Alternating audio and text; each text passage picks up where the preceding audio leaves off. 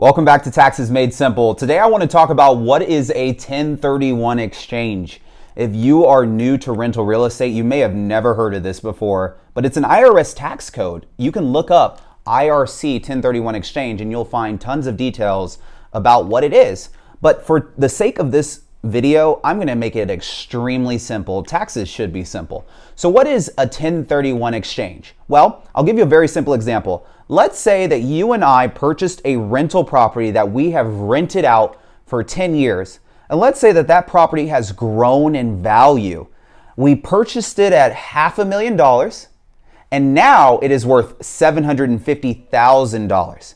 Rather than selling that property and paying taxes on the gain, the extra $250,000 we made, we can exchange that property by selling it and acquiring a new property that's at least equal to that a value of $750,000, and we won't pay any taxes when we go and purchase a new property.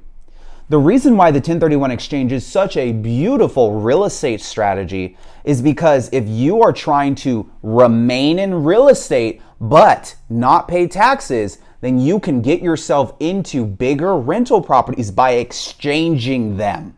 When your cost basis increases and the equity increases inside of your property, you can start thinking about doing a 1031 exchange where you identify a property within 45 days that you would like to purchase, you sell your current property, and you acquire that new property in the total of 180 days.